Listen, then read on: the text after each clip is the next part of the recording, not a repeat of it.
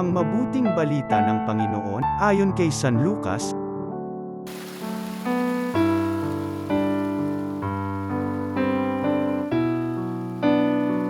Noong panahong yun, sinabi ni Jesus sa kanyang mga alagad, "Ipalagay natin na ang isa sa inyo'y nagpunta sa isang kaibigan isang hating gabi at nagsabi, 'Kaibigan, bigyan mo muna ako ng 3 tinapay.' Dumating kasi ang isa kong kaibigang naglalakbay at wala akong maihain sa kanya.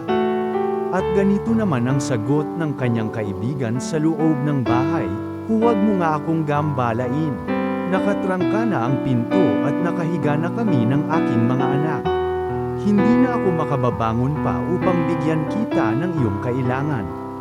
Sinasabi ko sa inyo, hindi man siya bumangon dahil sa kanilang pagkakaibigan, babangon siya upang ibigay ang hinihingi ng kaibigan sa pagpupumilit nito.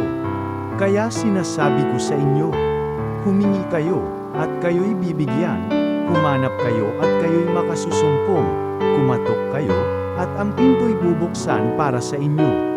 Sapagkat tumatanggap ang bawat humihingi, nakasusumpong ang bawat humahanap, at binubuksan ang pinto sa bawat kumakatwa.